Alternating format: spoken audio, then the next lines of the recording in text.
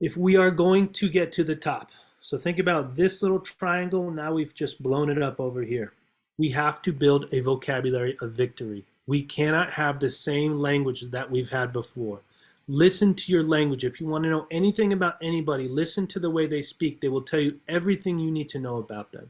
Okay, when I say, hey, how'd the game go? I usually don't ask that question because it's so surface level, but let's just use it for an example. How'd the game go? It was okay, but I struck out twice and I made an error. Okay, you just told me what you're focusing on. You told me everything I need to know, that you had a whole game and those are the only two things that you take away from it, that you made an error and you struck out. Okay? So what I want to do is teach you how, if I'm going to become more, right? Because we're shifting who we are now to who we're striving to become because of the goals we have to start to up the language, okay? So real quick, let's go with Devin Johnson. You're on my screen. If you say I can't do it, if you say I can't do it, what emotions come with can't do? Negative emotions. Okay, give me specifics. Like you're focusing on the wrong, Yeah. So we got negative emotions. Okay. If I say I just can't do it, let's say you're working on a homework problem and it's just you can't do it. What emotion comes to mind or what thought?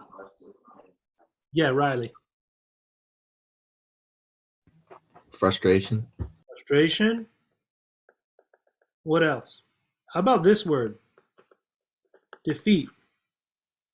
Defeat. I am defeated. If I say I can't do it and I'm walking to the plate, I'm 0 for 3. Okay. Or I know there's volleyball players. Let's say you're an outside hitter and you're going to, you've gotten blocked 3 times and they're so tall on the other side of the net. Okay. And you get served up, say, I can't do it. Well, I'm defeated before I even get a chance. Make sense? Okay. Well, what about need to, have to, must? Let's go with Jaden McNeil. When you've told that to yourself before, need to, I have to, I must come through right now, what emotions come to mind? Basically, like, I just feel you're putting like too much pressure on yourself. Boom. That you have to do it. Mm-hmm. Pressure, obligation, right? How well, not necessarily you, Jaden, but just think to yourself, how well are you playing when you're saying, I have to come through right now? Okay, I already made an error, I got to make up for it.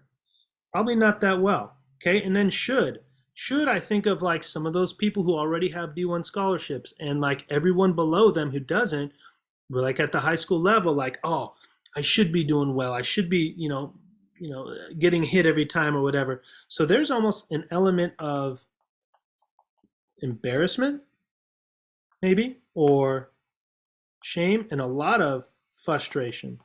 That how am I struggling against them when the next year or the year after that I'm supposed to be playing versus these other people that are way better than this level, right? Okay, so there's this idea, there's this line right here where it's motivated, this level of speaking, this level of language, motivated by fear. Motivated by fear, these right here, the can't do's, the need to, the have. I'm motivated by here, I have to do this.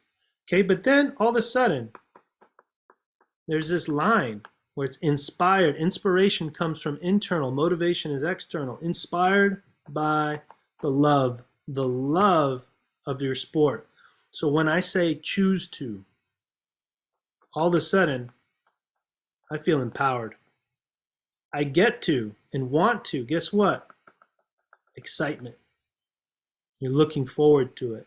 And then I love to, wow, that's ideal. Like, get me there. That's confidence, passion. I want to, I love to. Put me in this. Well, what if you're like, I'm 0 for 4 and the bases are loaded and I'm coming up. 2 outs. Some people don't love to be in that position. Guess what? You got to love to be in that position because you have to trust you more than anybody else to get the job done. You believe in you more than anyone else because of your preparation and your mental approach. Say, hey, put me in that position because I love to. Or maybe you're on the mound in a big jam. I love to be in this position. Not because things are going great, because guess what? I trust me more than anyone else to get the job done right now. Would you like to enjoy that feeling? That's a difference in language. When you have a vocabulary of victory, okay, all of a sudden, these might be where you're currently at, and that's okay because guess what? You haven't been taught any better. But now you have the knowledge, okay? But guess what? Knowledge minus action equals, I'm going to put a W, wasted knowledge. Because now you have knowledge. Now you have something that no one else has, but if you don't use it, you're in the same boat as them. Okay, so start to check in on your language. Am I going with I choose to do this?